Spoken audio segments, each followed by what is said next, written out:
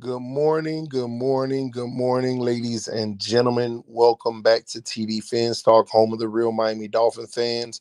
And thank you for waking up with TD. Make sure that you hit that like button on your way in the room. We got a good morning show lined up for you this morning.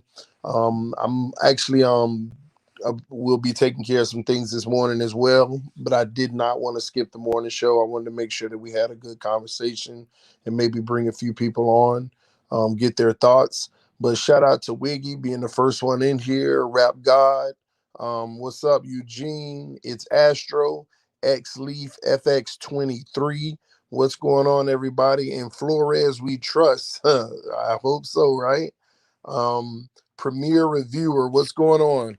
I hope everybody's having a great morning. I wish you all a great day as well. And hit that like button on your way in. What's up, Joseph? I see you. Ladies and gentlemen, we're going to talk about what is the outlook for the Miami Dolphins going forward with our injury concerns, with the quarterback position, and also Will Fuller being back with the team, what that means. We're going to discuss all of those things and so much more. I'm also gonna have a session where we're gonna pretty much answer questions. All right, we're gonna answer questions. But before we get started, I just want to address a few things. First of all, the Miami Dolphins lost 35-0. It was just an embarrassing outing, abysmal, just nasty. Okay. Let me ask you a question. Was it any difference from the Green Bay Packers opening week when they got destroyed?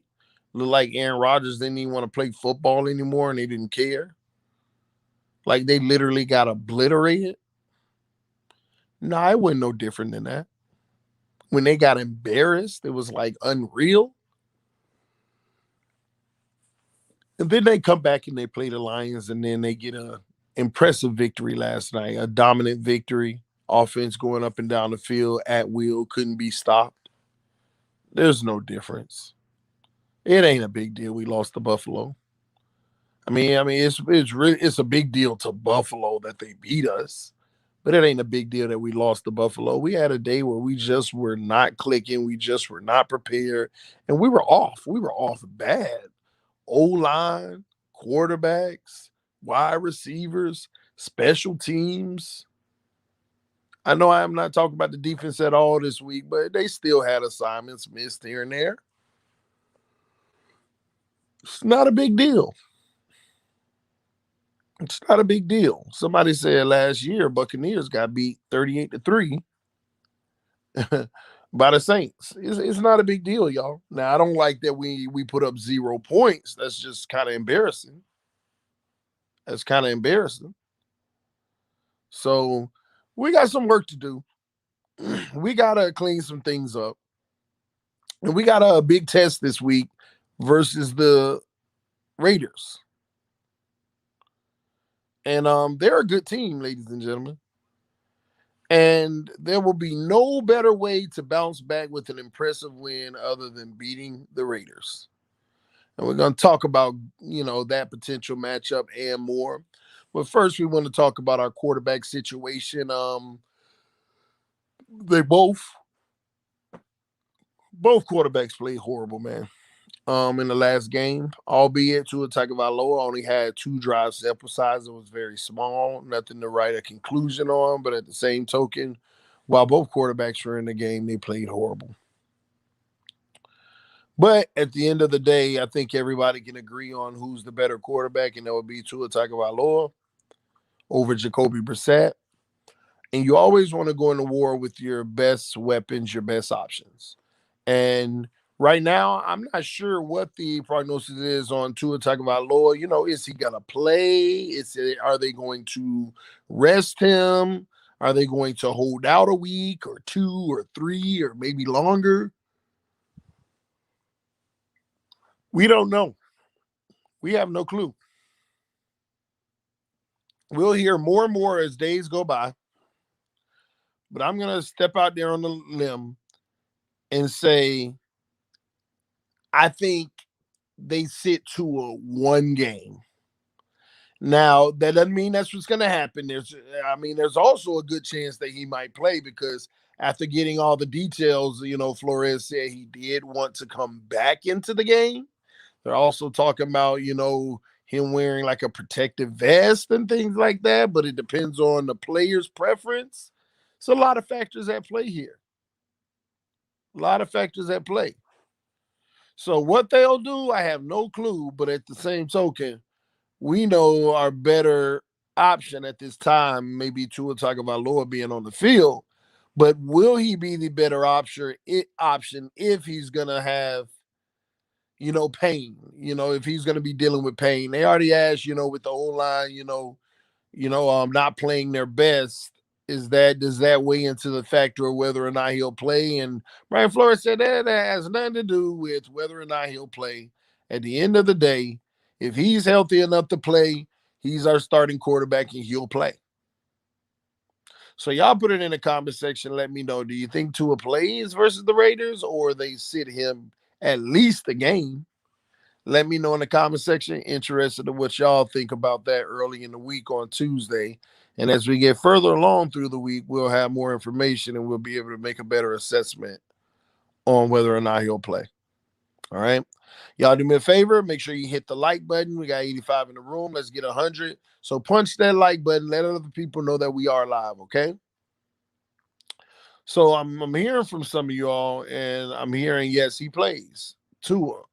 If Tua don't play, Peter's gonna be unbearable next week.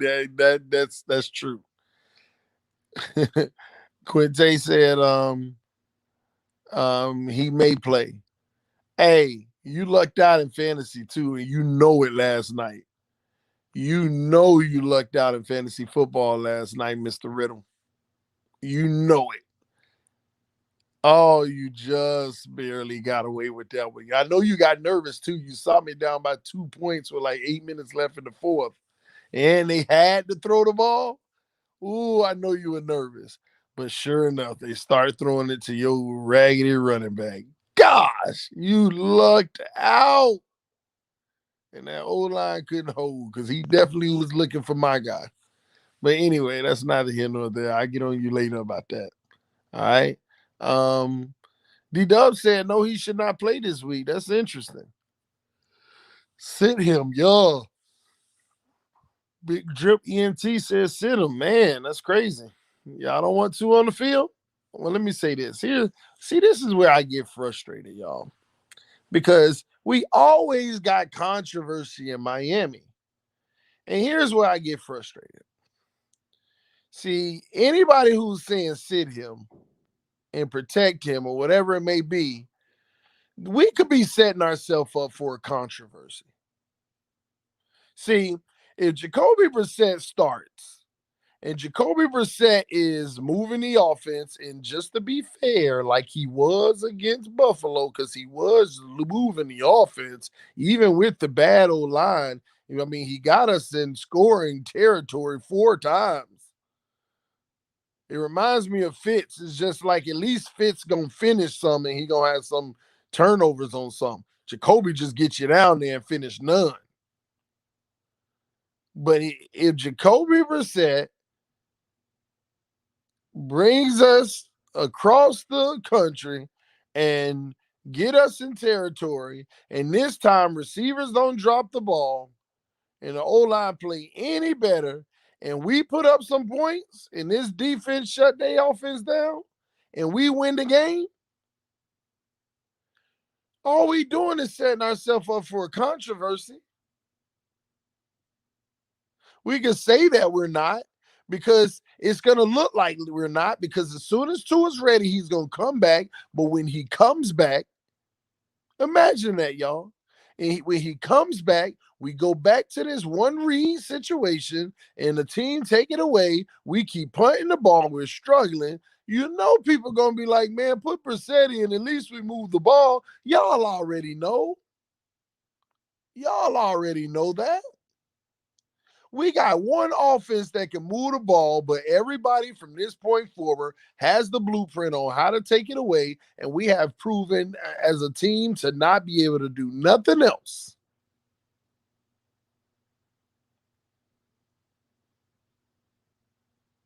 Everybody knows that. And let me tell you something.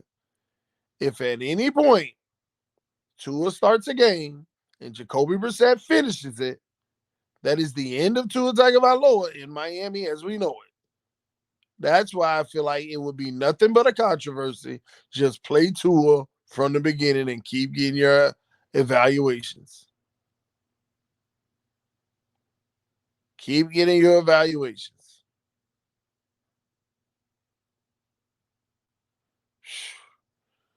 Quinte said, people need to stop blaming the old line. They are young, just like Tua. See, I agree and disagree because the old line deserves some of the blame.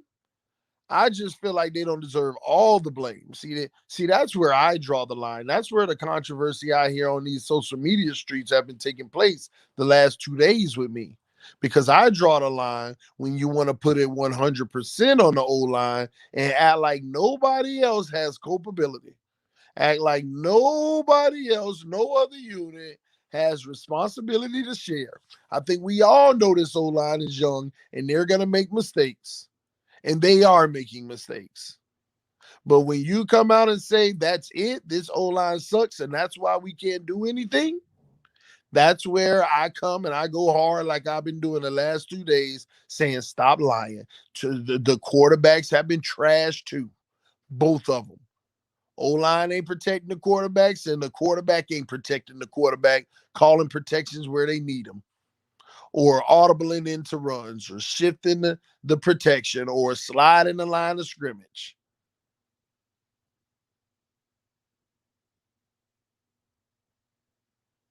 Plenty of blame to go around. Plenty. And the sad part is some people that don't know football, they'll say things like the O line deserves majority of the blame. But if you take every single play and you evaluate the film on the play, there could be 5 plays where a quarterback don't read where the blitz is coming from, and the O line give up a sack, and they want the O line to have some of the blame. All I'm saying is go evaluate your film and see who's really to blame. We know the O line's been getting beat on some occasions, but it amazed me that I played eight plays on my channel, and the O line played perfect before the ninth play where Tua got hurt. And everybody was still with a O-line, with a O-line, with a O-line. They played perfect football, and everybody be like, perfect, this guy's a joke. Then when they go watch the film, they change up their thought process. I went on Miami Sports Music yesterday, and I gave this same analysis, and Steven himself couldn't believe it. He said, you are ridiculous if you think that they were perfect in the first 8 plays. Steven called me last night and said, bro, I hate that you're right.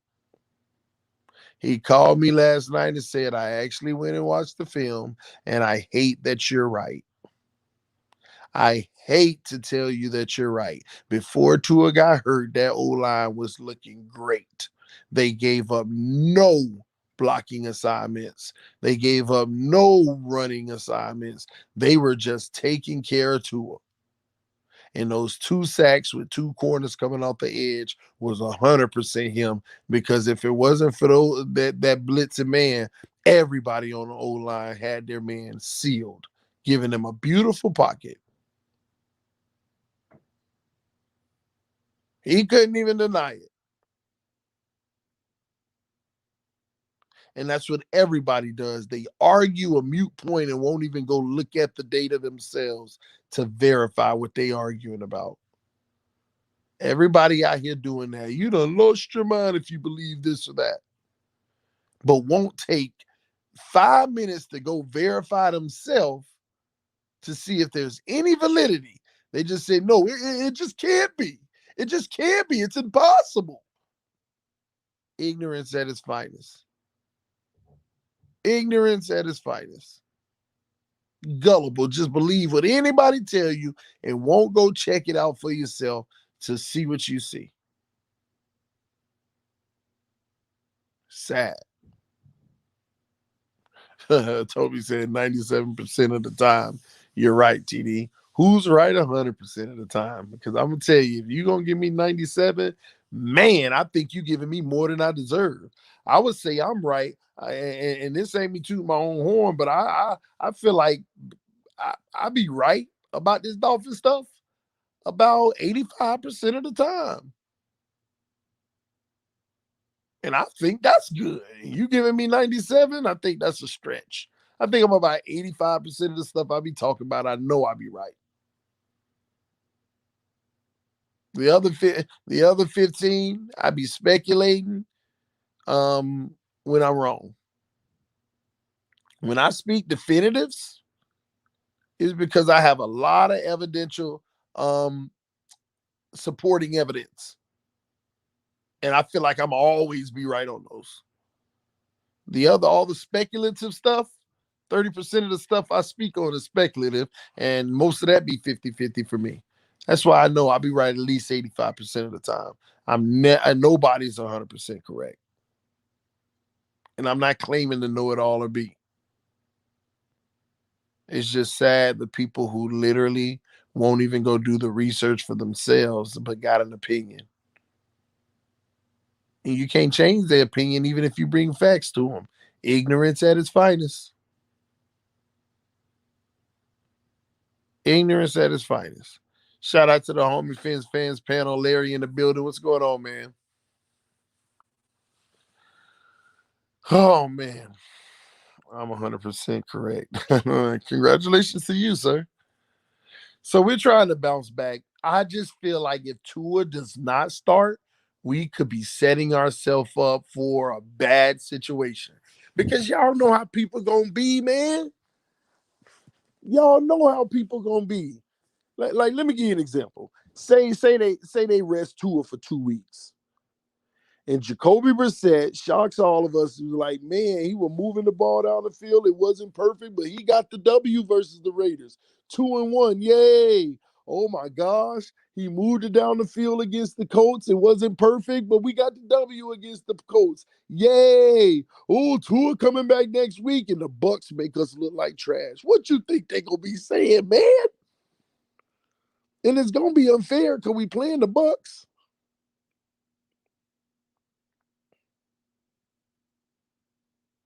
It's gonna be unfair because we playing the Bucks, and if the Bucks, because you know the Bucks bringing pressure and taking away the first read. You know the Bucks bringing pressure and taking away the first read. You know they bringing that heat.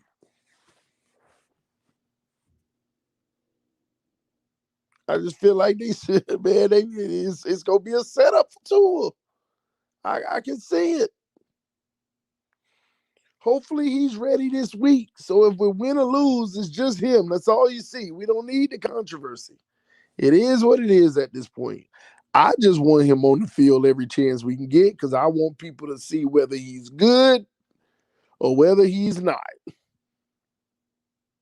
I want his ability to be on full display every week so people can see if he's not the guy or they can see that he is. I want that sample size to be as large as possible so when a final decision is made, there ain't no question to be left out there.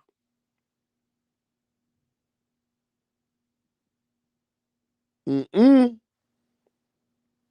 I'm lucky. I'm happy everything came back negative because I told people before the season started, the last thing I want is to go into the season and at the beginning of the season, Tua get hurt and have a season-ending injury, and everybody be around here. He gotta have a chance to get healthy and come back a third year. Just kicking the can down the road.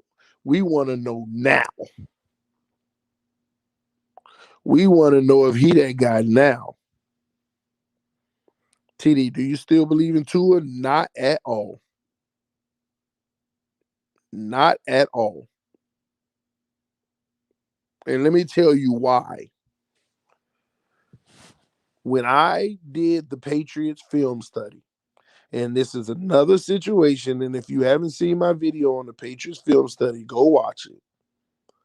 I thought that he had a fair game versus the Patriots, but when I watched that film, I saw elementary mistakes being made on almost every single play. I saw Tua Tagovailoa look at his first read, stare at his first read, and he act like it was illegal to come off of his first read. Matter of fact, he held the ball looking at his first read so long that if it wasn't there at first, he'll still wait to see if it'll come open. Calling no protections at the line. Wide open guys that he never even gives a chance by looking at them. Wide open. Guys out there running some routes with some double moves and some shaking and getting clear as day open. And it was just like, oh my gosh, look how open this man is. Tua never saw him. Tua's looking in a man's direction and still never saw him.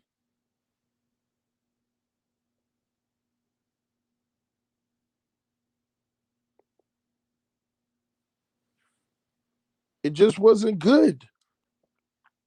And let me tell you, people want to say, stop comparing quarterbacks. But man, quarterbacks that are young like him are going to have good days and they're going to have bad days. But gosh, man, these young ones are already starting to look like they're having more good days than Tua will ever have.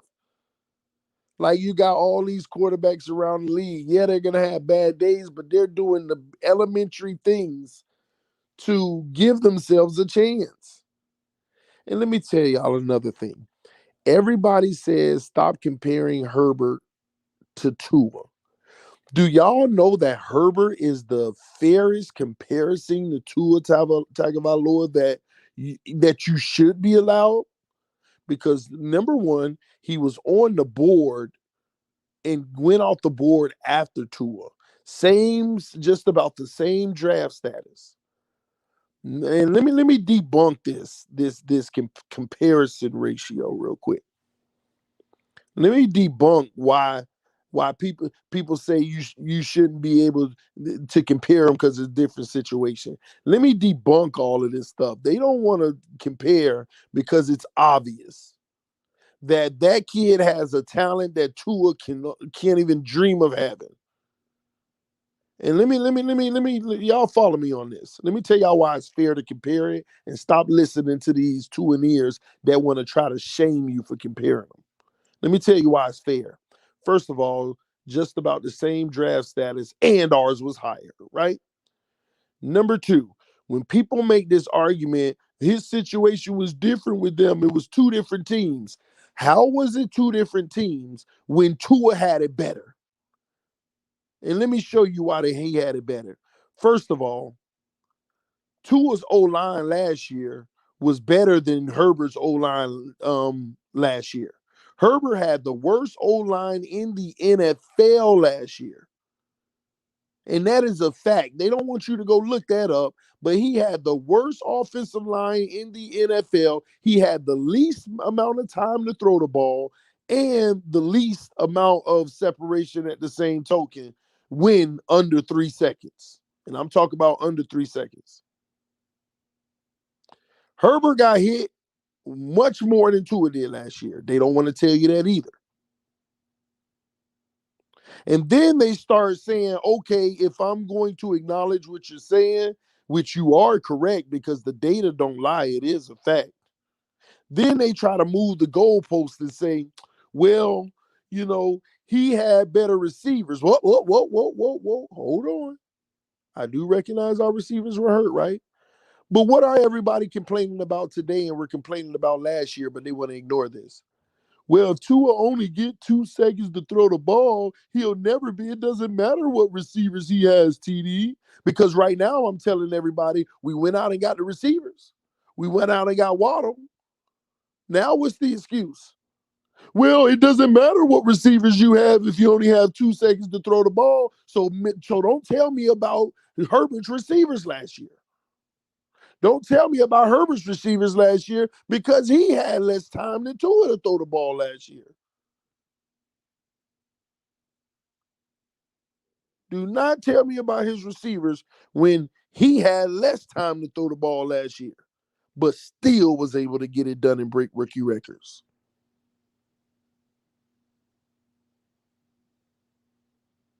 There ain't no argument of why you can't compare the two. Herbert had a worse situation. Another stat. Herbert had the 23rd ranked defense last year. Tua had the 6th ranked defense last year. Who you think got more opportunities in better field position, in better situations? Who you think got the ball more than the other team last year? Tua did.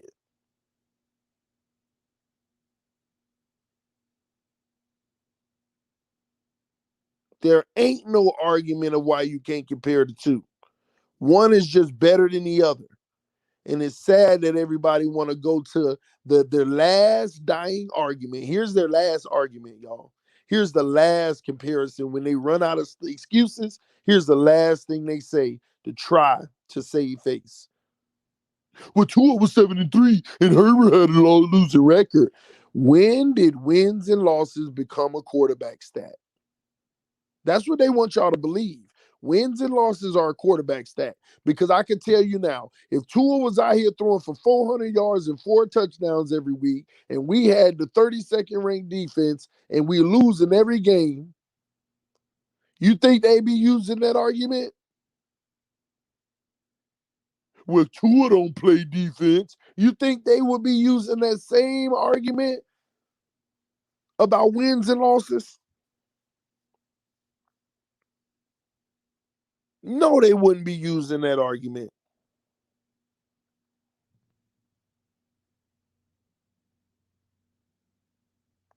Why can't people just call it how they see it?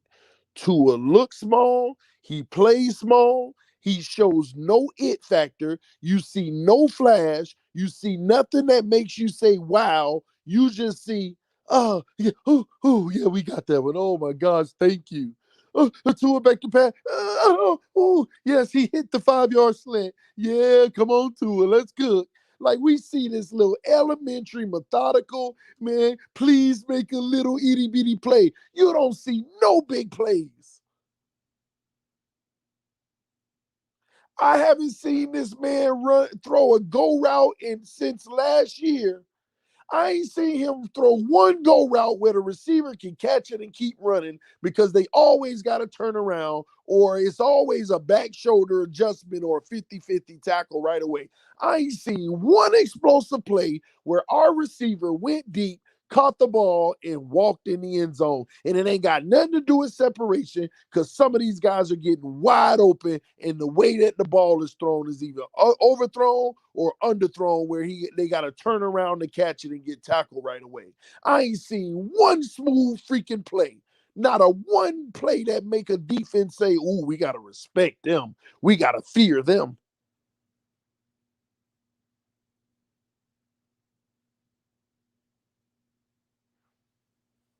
Ain't seen one of them.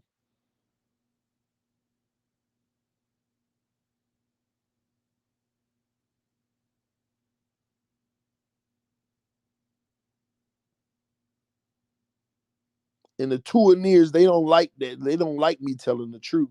And that's why I keep telling it. Oh man, I love trolling the Tuaneers, boy. They get mad, hey boy, they get heated when you tell the truth. Like he's talking about the Messiah. Oh my gosh, I can't stand this guy. And I love every bit of it. I love every bit of it. Amazing to me, man. You know what, man? We got like 20 minutes. I'm gonna go ahead and do that. I'm gonna do that. Somebody said, drop the link, TD.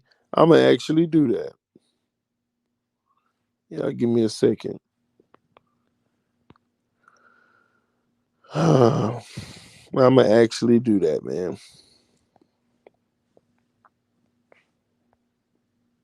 I just dropped the link. You got something to say? Come on in. You got something to say? Come on in. If you got something to say, agree or disagree, come in, come in. Tour and play calling is just fine. But being just fine, won't put up 40 points on the Chiefs, Bills, Bucks, Rams, etc. I agree. Nobody said Tua has no talent, but let me say you something. Something wrong with the processing and something wrong where they don't have faith that he can process because they are putting him in the most vanilla. Matter of fact, you know what's even sadder about it? Chan Gailey's offense was more productive than this one. If it's a different offense. Where everybody said it was Chan Gailey. Oh, they got Fry now. They got this and that. Yeah, they got people for Tua now. Please. Please. If we had Herbert, we would be legit Super Bowl contenders. We're wasting the great defense waiting on Tua. Move on. Mm-mm-mm. Mm-mm-mm. And by the way, I already dropped the link if you wanted to come in and chat. We got 176 people watching. Let's hit that like button, y'all. Let's hit that like button. And here's what's even more frustrating about it. I feel like we're going to have some games where it's going to be tough the next few weeks. Then we got that little easy little stretch. We go to London and play the Jags, and then we play the Jets. See, them will be the perfect game where you get to see Tua on full display, throwing the ball all over the field because the team suck. And we all back on, yeah, I told you he had it. See, I'm not satisfied with beating up on the trash teams and getting obliterated by the good ones. Getting obliterated by the good ones. What's up, Tio? What's up, TD? Can you hear me? Yes, sir. How you doing? I'm good. I'm at work. Hey, I just got done watching yesterday's stream. Great fucking stream, man. Great stream. But everything you said made sense. One thing that I don't agree with, man. You said it wasn't fair for Tua, right? It wasn't. It Mm-hmm. wasn't fair. Tua never won the starting position, anyways. It was always given to him because he was a Mm-hmm. high draft pick. He definitely lost it multiple times, so I don't see what's fair in that. He never took it from Ryan Fitzpatrick. He lost it what 3 times he got pulled last year, and he should got pulled last week's game. It probably should have got pulled this week's game. So for me, it's kind of over for me, man. With the whole Tua experiment, The reason he's why not showing anything. the reason why I say it's not fair, it's more so with the simple fact that I recognize that he is a developmental quarterback now. So he'll never have the necessary time to develop in Miami if he ever can reach a full development. So it's unfair because I feel like they never built this team after they got their evaluation last year. People don't have to listen to me. They thought they were going to have a different quarterback consider this year. Yeah, But then they already thought they had that done before that scandal came out with Watson. best man up. And when that came out, because that's what they were building the team for. Free agency came around, Will Fuller, bringing in this, bringing in that. That was all for Deshaun Watson, if you ask me. And Yeah, then whenever it didn't go through, I feel like they still in the draft thought that there was hope. Because if you thought you were moving forward with Tua in the draft, then you got another offensive lineman in the first round. But what did you do? Defense, defense, defense, and a team that was already ranked number 6 in defense. yeah, And then we get 3 guys on defense that are they really gonna make them contributions like that this year? nah, nah. My So only thing is I I mean, think well, you Tua's got gonna lose it Waddle and just then the you way he went got it. defense, defense, but you didn't invest nothing in the O line. Yeah. So Uh, that's why I say it's unfair. If he's going to be developed in this league, then he needs to be somewhere where he'll be given a full 4 years to do so. He ain't getting 4 years in Miami. And if he does get 4 years in Miami, then buckle up, ladies and gentlemen. You're about to waste your defense. And then even if he developed and became that dude, which is hard for me to see at this point from the elementary mistakes he making, then now you'll have a decent offense and you'll have a decent offense and your defense won't be the same. So that's why I say it was unfair to him. And I was trying to give him some leeway in it. Talk to me, D-Dub. You know what, TD? Good morning, everybody. I'm going to ask the questions that nobody wants to ask. And Uh-oh. those questions are: did Greer miss on Iggy? Did Greer miss on Austin Jackson? Did Greer miss on Tua? Tua Did Tagovailoa. he over evaluate the wide receiver position with Albert Wilson and Will Fuller and Devontae Parker? Have we really improved, stepped it up a notch, rather than succumb to the same mediocrity that we've succumbed to and been subjected to for the last 15 years? Those are some of the questions. She D-Dub. Also, Oh. why isn't I'll say it this way. How do you think Jalen Phillips felt watching Gregory Rousseau ball out on Mm. his and their old home field? Well, Those are the hard questions. I want Now, to answer those backwards. But Dwayne, you coming with that heat this morning, man. I want to start out with the Jalen Phillips. I know he didn't feel great about it, but you know what? I'm not going to make it a big deal because we know that this is Brian Flores' MO. As a rookie, he wants you out of position and not doing what you do best. He wants you to get all the experience you can so he can unleash you in year two. And what I mean by that is Gregory Rousseau, they draft him, they put him on that line, they pin his ears back and say go. For us, Jalen Phillips, we want you to work on primarily dropping back in coverage this year. Rushing on the edge, but not going after the quarterback, just killing it and spying. They're doing a lot of little experimental things to get him used to. And then hopefully we'll see what that turns out to be next year. And when it comes to the defense, I don't mind that on defense because he's been getting it right. I think we've been getting a lot of things right on the defensive side. But again, hopefully it don't turn out to be a whiff. But let's go to the elephant in the room. The 2020 NFL Draft. Noah Igbenogany was healthy on Sunday, and they still didn't dress him. A healthy scratch. If y'all don't know what a healthy scratch is, it means you're healthy, nothing wrong with you. You're on a 53-man roster, but you such a disaster, they not even going to dress you. That's what a healthy scratch is, ladies and gentlemen. Austin Jackson.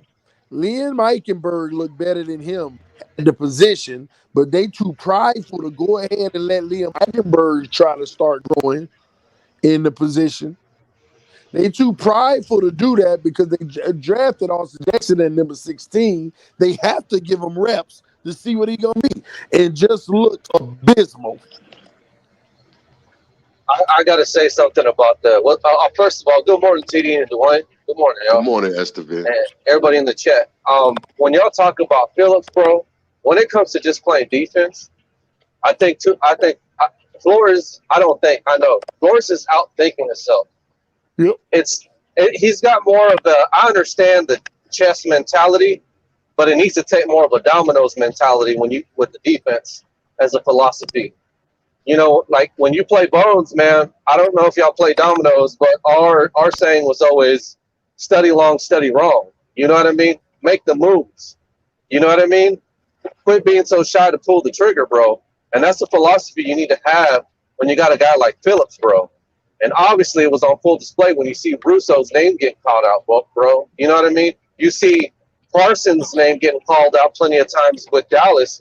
Bro, I just watched some of the Cardinals game this morning for a little bit. I had a little bit of downtime, bro. And you're already hearing Zavin Collins, bro, a rookie, contributing, bro. You saw, a second-year defender and Isaiah Simmons all contributing, bro. You know what I mean? Isaiah Simmons was more of a project. He's more comparable to Phillips in his rookie year, possibly. But I mean, bro, man, there are teams that are getting valuable reps from their rookies, and they're contributing immediately. So you can't make excuses for Flores. Esther, Jalen Phillips was brought here one of the reasons why he was brought Josh here Allen. was to provide a pass rush against Josh Allen. Why didn't he play? That's That's what exactly I'm what talking about. they Why cleared didn't out he that. play a lot? And that's the thing I've been telling people, Dwayne, before that game, you need to show why you drafted this guy at 18. This guy was drafted specifically for Josh Allen. And anybody in our fan base that says that's not true, bro, I'm not putting you on the spot, Dwayne. But it goes back to what I was saying about everybody being so nonchalant with McKinney not being on the team. Well, obviously everybody saw that because we could have possibly went into halftime down 7-0 if they didn't break a run right up the middle. We have no defensive fortitude in our interior. Like, you know what I mean? The thing that we should be excelling at with is our defense. And look, there are teams that played, you know, high-powered offenses that had good defenses, and they still kept scores low. We gave up 35 points Sunday. There's not an excuse for that. You have people saying that our defense did good. They looked good. Did they do good? No, they didn't. No, no. And there's no excuses. There's no excuses for any of this, man. There's too many excuses going around, and not enough just, you know what? But I will give Flores this. He held himself accountable when he got interviewed, but that doesn't do nothing for me no more. Yeah, he always does that. That's starting to get old. You know, And the I McKinney, need to the coach McKinney better. I thing, need to do better. I'm I I'm understand all that. I respect that, I'm but not worried bro, about I'm not worried about McKinney. He's not even here anymore. He probably wouldn't have. I'm gonna say it this way, okay? he would have McKinney stopped that and touchdown, bro. Flores, McKinney and Flores probably didn't see eye to eye, and McKinney didn't want to do multiple things. McKinney He wanted to don't be a need to. one-trick pony. He don't need to. He don't There it need to, bro. is. There it is. Flores needs to get But over it, bro. but He needs to let's get over it. Not let's everybody can come in and be multiple, man. but Those let's guys are rare. but let's go to the fact. I understand all that. I want to finish hitting this fact that 2020 NFL draft, the Miami Dolphins could have screwed up on all three first round picks. And let me tell you, this is exactly why I don't want to hear nobody when they talk about, well, you don't want to give up all the assets. You don't want to give up all the assets just to go get this guy or that guy. What does it matter if we miss it on anyway? Yeah. And our later round guys are the guys that are contributing. Exactly. We're missing Yeah. on all the assets anyway. I want people to you understand this. Watch this. What if, we got two of this year and we got two of next year and we all decide? Yeah, he's not the guy. What do you do then? yeah, because now you're drafting probably instead of top five, you're drafting probably 14, 16, Yeah, what do you do 11. then? Please. You may First of not all, be you, this year ain't no good quarterbacks coming out pretty much that are just a complete, that at least we think are just complete. What do you do if we realize 2 years from now he ain't the guy, and now all these riches of draft capital and money that we thought we had is gone? What do we do? what do you do then? You look to try to do a Teddy Bridgewater or Sam Darnold like trade. And there we have it again, getting a quarterback who is above average, not one of the greats, but serviceable and can make plays, but at the same token, and then the defense is older 3 years from now. X ain't gonna Or be may here no more. or maybe you try to get Tyler Heineke from the Washington football team. Yeah, but you see what I'm saying, though, bro? You see this? X is 32 or 31 at the time, 2 years from now. Byron ain't here no more. Nick Needham and Noah or Coleman or whoever you want to pick is trying to step up as the main guys. You ain't got no assets to get a top quarterback. What do you do?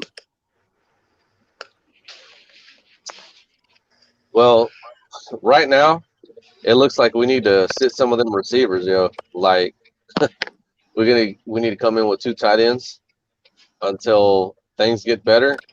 The only thing that does is slow you down and makes you one dimensional to an extent. And with that being said, I that this loss against the Bills was so bad, and the fact that it was divisional, yo, like I just got to be honest, we are not a playoff team. We are not a playoff team. Esteban, I'm gonna push back on you on your one dimensional. If you have tight ends that can both block and receive, you're not one dimensional. Ooh, We don't have that. but you know what? Let me tell y'all something. First of all, because me and Ian been talking about this, and he brings up a great point that I haven't even thought about. The first thing we need to do is establish an experienced offensive coordinator. An Yeah, but experienced offensive coordinator that has the ability to have your offense move the ball. And I ain't talking about Chan Gailey. I'm talking about an experienced, successful offensive coordinator. I'm gonna throw one out there, bro. I'm gonna give you a name, bro, and everybody else shits on this when I say it. But you see what Kingsbury's doing with the Cardinals, bro. Yeah, I'm just gonna say it, bro. Yeah, why would he want to leave? What's up, bro? Huh? Why would he want to leave Kyler Murray? That's not what I'm saying. I haven't even finished my point. Look, this is what I'm saying. You see where he came from. You see what he's doing with that offense, bro. You should have offered Mike Leach a contract for an OC job with us because we have all the resources as far as wide receivers to spread things out and get it done. That's what they want to do. We have the personnel for it. We just can't get these guys the damn ball. Mike Leach did it. Mike Leach has done it for years with a low average offensive line. I understand. Why would he want to leave? Why would he want to leave Kyler Murray at Arizona? Why would he want to do that? I'm talking about. I'm not talking about Kingsbury. I'm talking about who you mentioned, Mike Leach. Why would he want to leave? It's a lateral promotion. So why would he want to leave to become the OC position for Arizona to be the OC in Miami when he's got less talent at quarterback right now? And if he goes to Miami, not as athletically gifted as Kyler Murray. No, but Tua can get the ball out, y'all. But Kyler Murray ain't getting the ball out. Kyler Murray is extending plays. No, well, see, Kyler Murray has a rocket arm. Well, we know that. Can throw dimes, bro. But that Tech defense that Mike Leach established back in the 90s, bro, you don't have to go down the field like that. You can utilize a guy like Tua, bro. You can use him in that offense, bro. I'm telling you, I know what I'm talking about, bro. With below average offensive lines, bro, that guy could get it done, bro. They need to make that phone call to that guy and offer him a job. The most he can say is no. I understand lateral moves. Forget all that crap, bro. The most he's going to say is no. At least offer somebody like that. Think outside the box. Offer somebody like that a job, bro. Esteban, you asking us to think outside the box, but you ignoring the box. And what I mean by that is he could come here all he wants from Miami. And when he gets here and he's like, okay, this O-line isn't as great, so I need quick passes, and teams taking away the first read once again, and we dealing with Tua. What is he going to do? What is he going to do? It's the same thing. He going to start saying, man, we need Tua to start getting extended plays and making something happen. Because that's what Kyler Murray doing. Kyler Murray ain't got all the way to throw the ball. Kyler Murray they're running for his life the whole game. Well, originally, Kyler Murray wasn't a part of an offense like that when he played for Oklahoma. He just now got established in that kind of an offense with Kingsbury. Yeah, so what I'm saying is, but he had the protection in Oklahoma. No, I don't understand that. But what I'm saying is he transitioned into the pros. Is what I'm saying. No, he didn't. He was always athletic at college. part of his lure as well, Esteban. No, He bro. he They just put didn't. it on full display in the NFL because he had to. Bro, that was not an air raid offense that Colin Murray came from. No, What we're not. Kingsbury identified was that he could use that if there was a five. Okay, if you want to label a 1 through a 5, bro, and he saw a 5 in this as far as rating as this guy in this guy's a quarterback, bro. He saw that he could use him in his offense. Kyler Yeah, Murray does do off strip plays. He does have legs. He does have a big arm, but you don't have to have that for an air raid offense, bro. You okay, just so need to how be would he quick. use Tua? How would he use You Tua? just have to be quick getting rid of the ball, bro. Yeah, okay, so how would But he if use but if how would he Tua use I'm doesn't, telling you, if bro. Tua isn't quick I'm getting the telling you ball right out, now, bro. why would he want to come here? Bro, Why would he want to come here? because Tua Why can would he get want? rid of the ball, bro. He Yeah, but if can. you take away the first read, then how is he getting rid of the ball, Esteban? You're missing it. But, They're telling him bro, to get rid of the ball now. the air raid offense is predicated on rhythm, bro. You have to get started and get going. That's the problem, bro. Tua does not get started. He has no rhythm. He's holding on to the ball, bro. That's their Okay, but problem. why is he holding on to the They're stopped. ball? They're stopped. They're go. They're stopped, bro. The way that we're averaging our rushing yards, that's the air raid offense, bro. We never hit 100 yards. You So why don't not? have the whole line to do it, Esteban. You No, I don't have understand that. And look, bro, that's the for our personnel. I'm telling you right now, you have a below average offense. The amount of yards that you're getting, and every game is average right about 100, which is also a number that you're a stat you're going to see in the air raid offense, bro. And the only thing we're missing is big chunk yards, right? Not chunk yards, but a lot of air yards, bro. And you can get that out of that offense. I'm telling y'all, bro. Tua can run that offense. That's the only offense that I see him being able to run right now with what we got. To be honest with you, they haven't made the moves to allow him to do that. So I'll be honest with y'all. Like right now, I want my quarterback to be Deshaun Watson. I ain't even gonna go like mess around with all that, bro. You know what I mean? That's too much of a headache at this point because Esteban. they missed all their opportunities leading into this season, bro. They should not have come in with these two guys as their OC, bro. You have two guys that are assistants with assistant mentalities as OCs, bro. It's not gonna cut it. It's not gonna work. You got to think outside the box. You need to do something different, bro. You got to Esteban. be able to look at your team, at your personnel, and address it. So that's what I'm saying. Esteban. You keep saying air raid offense. What are all the elements you need to run an air raid offense? Not an amazing offensive line, I'll tell you that. So what do you need? That's What us. do you need? So Tua hikes ball in the air raid offense. What is he on? What is he doing? I mean, get that ball out immediately, bro. And when he wants to get the ball out immediately and it's not there, you want him to throw the picks? No. A lot of times in the air raid offense, you have a running back, bro. You can just hand it off, bro. Draw play. And you don't have the oh my gosh, I think you're missing what I'm saying here. You keep saying the air raid offense. This old line right now has been a big mistake. You need at least an average O line, bro. You need at least an average O line. What you're failing to realize is you're grading the air raid offense off of a whole bunch of quarterbacks that people fear, so they want to be in zones. They want to go ahead and actually protect the pass. But Tua is different. They're just going to take away the first read of that offense. They're going to make sure that, like, put it like this. Say you spread it out and you go 4 wide, right, in the air raid offense, right? They're going to play cushion. They're going to keep everything underneath, hike the ball. Every DB will never take a step backwards. They're going to take a step forward. They're going to either jump lanes, Bro, or I've seen. they're going to jump lanes, or they're going to let you get the quick pass and tackle you for 3-4 yards all day, and they're going to ask you to be perfect doing it the whole day. That's all they're gonna do.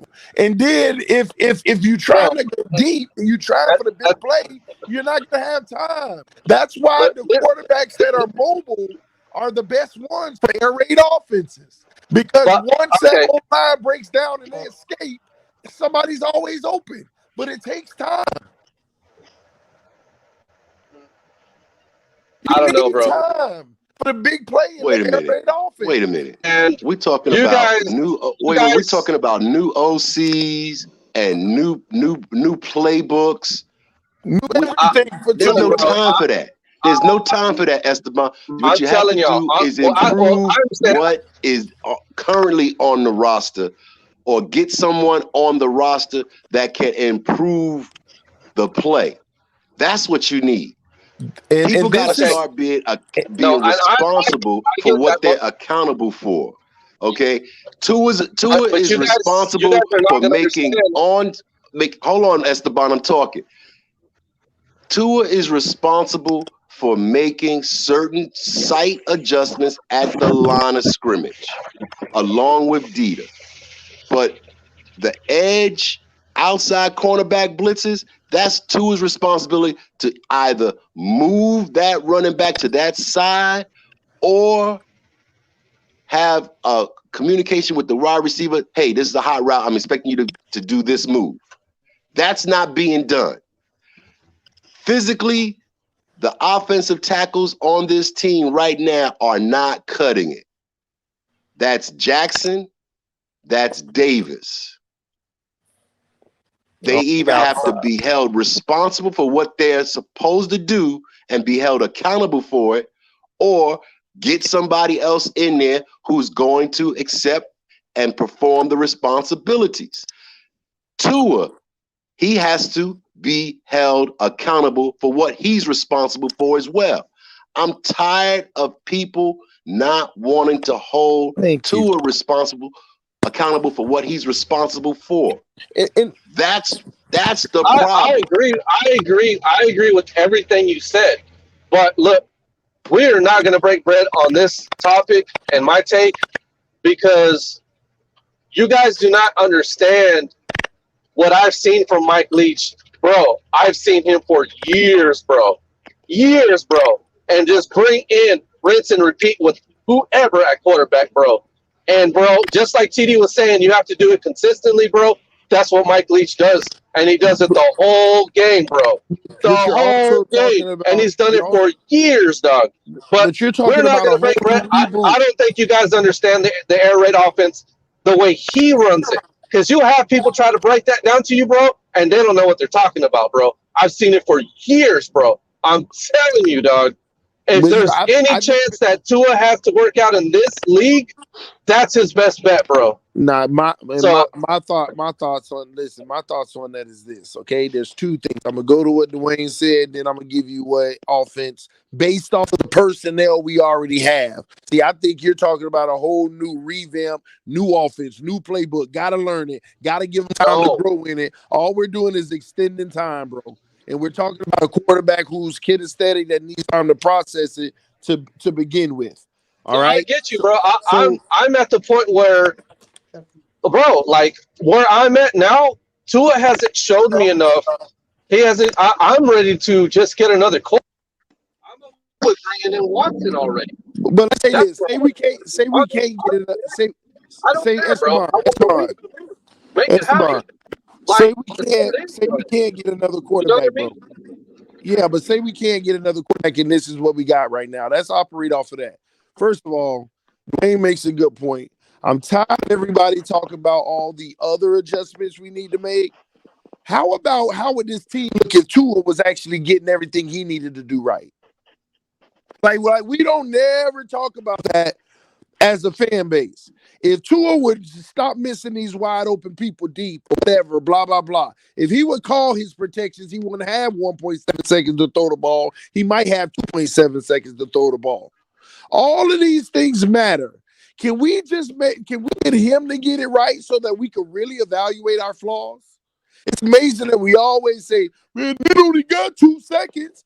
How many times in a game is he not calling his protections correctly? And if he actually called every single one of them correctly, I can guarantee you it go for 2 or 3 seconds. Even both of those sacks. We got people on Twitter all trying to put timers on the screen. Look, Look at those sacks. He only had 1.7 seconds. Yeah, but if he would have caught his protection, everybody else sealed their block. What would he have had then?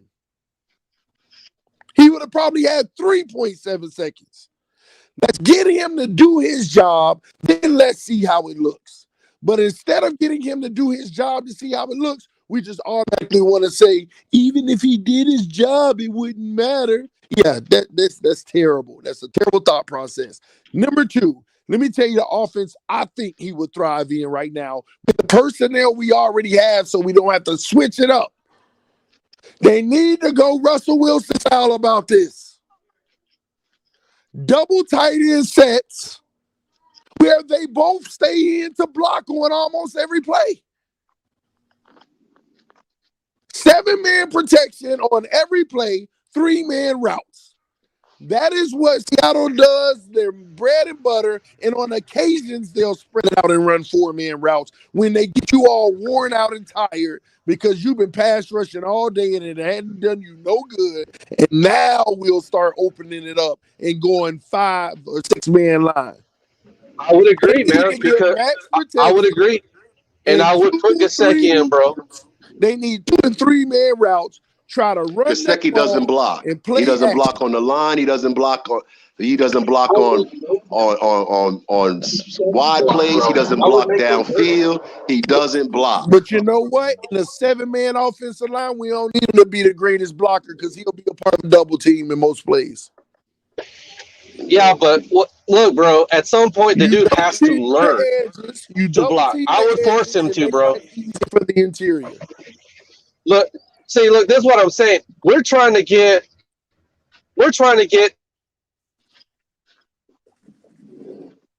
I would feel better. Gesicki has potential with his hands. If you could get that guy to see more reps and make him block, make him learn how to do this, bro. That's just one piece that you have to get going, bro. Not 2 pieces. You see what I'm saying? You can cover the other side, bro. But if you can have a threat with Gesicki, well, now you have a weapon on the field, and he's learning how to block. And we're gonna have all these wide receivers with all this talent sitting on the sideline, bro. That's the problem with.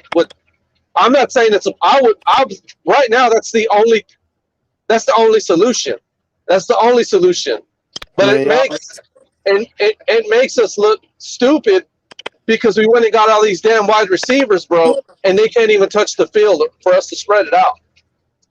Well, that's supposed to be changing coming up, and we'll see if that changes anything in the offense. I don't think it will. I think it's still the same game plan. I just feel like Will Fuller's going to be plugged in some of those same positions. Like, let me show you what I'm talking about. We're going to run the same offense with Will Fuller. And you know what we're going to get with Will Fuller? You see how Grant's been on the field a lot, running them go outs and stuff like that? That ain't going to be nothing but Will Fuller.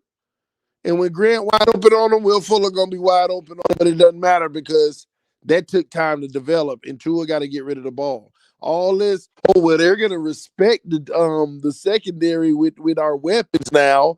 Yeah, we're going to see.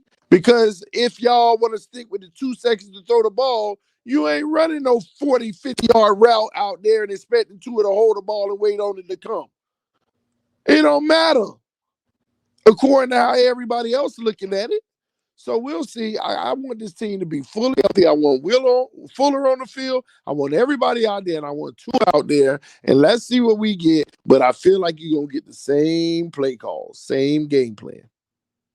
Because his playbook is limited in what they feel he can do. And we're going to see if they open it up to something different. Aren't you going to keep on seeing the trips to the right, one to the left? And that is only to see if they can get a single coverage look for the single guy. How long is Fuller going to be on the field? He was contemplating retirement. That's why he didn't play last week. Well, we'll see. We'll see. What's his commitment? What's his commitment like? I'm not sure, man. But listen, y'all, I just hit my hour, man. I got to get out of here for the morning show. Y'all go over to Miami Sports Music with Stephen D. I'm pretty sure he'd love to keep up the conversation. Thank y'all for coming through this morning. I'm about to take care of some business. I will see y'all soon, all right? Later, TD. All right, later, TD. Peace.